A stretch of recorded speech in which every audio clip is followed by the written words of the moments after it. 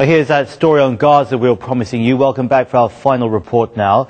Earlier this week, Hamas officials accepted a one-year truce with Israel in return for a full opening of Gaza's borders. It raises hopes of a long-term ceasefire.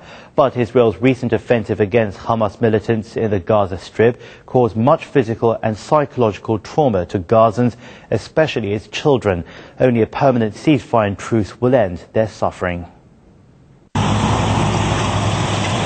The ceasefire was announced on January the 18th, but it is not the last chapter in the suffering of Gazans.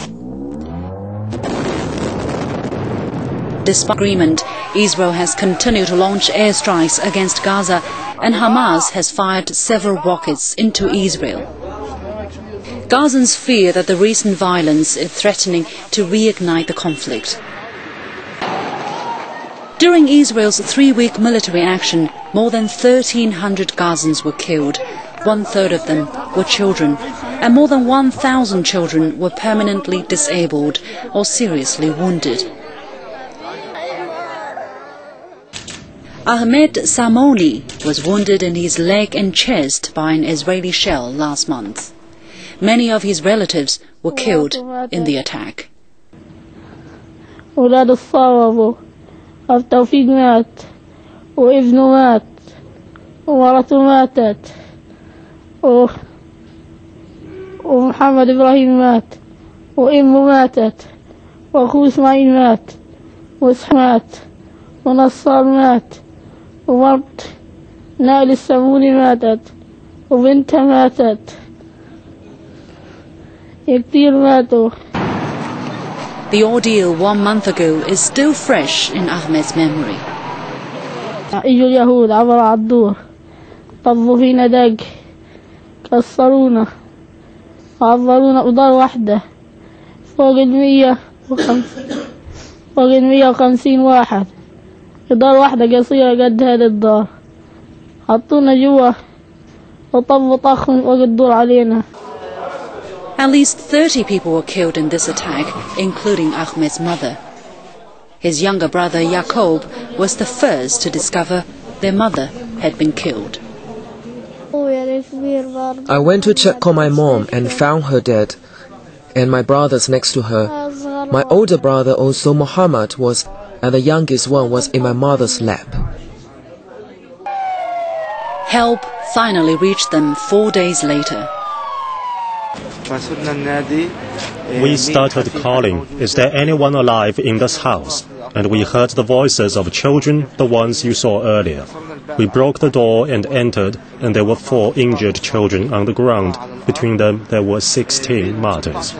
The mother of the 4 children was there. She was dead and holding the baby of about 5 months old.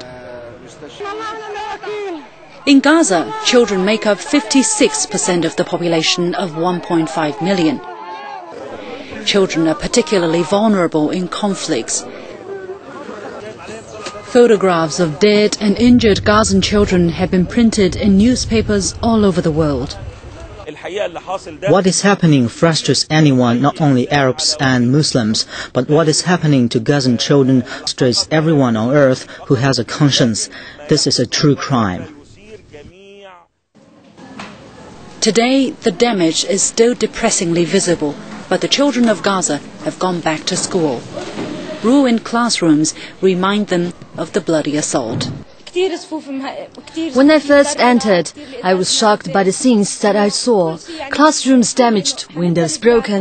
Every corner in the school reminds us of the war.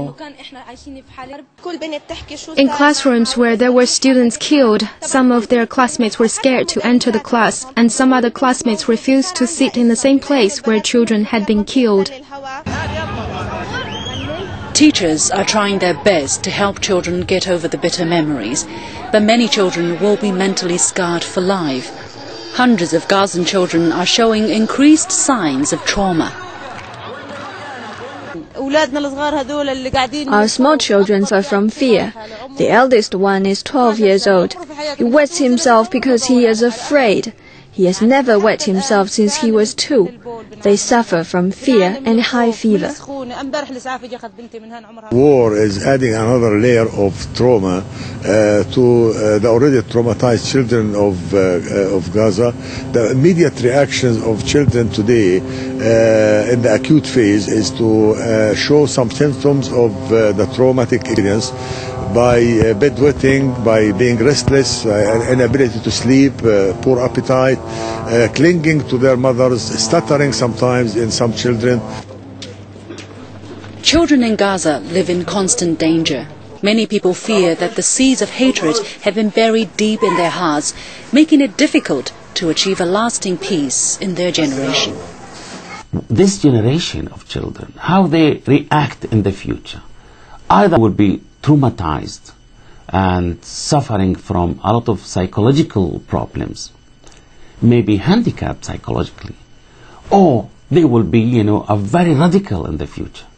And they could be the new generation of suicide bomber. In Gaza, children play in the ruined streets. Their dream is simple. I want to live like all the other children in the world. A peaceful childhood is still just a dream for Gazan children as they try to overcome the fear caused by the threat of bombs. But they still have a dream in this war-torn land, and it's all they have left. So what can we say in closing? Well, as we've seen many times before, history repeats itself again and again, especially in the Gaza Strip. For its children, peace is just a word. When the flames of hatred spread amongst them, can we still hope for peace in the future? Or the seeds of conflict over the next generation may have already been sown. That brings us to the end of this story and also to the end of this week's programme. Join us at the same time next week for your insight on World Insight. You can also email us at worldinsight@cctv.com. That's where you can send your feedback, your suggestions and also your comments on what you've seen today in this week's programme. I'm James Chow in Beijing. From all of us here, thanks for watching. Bye for now.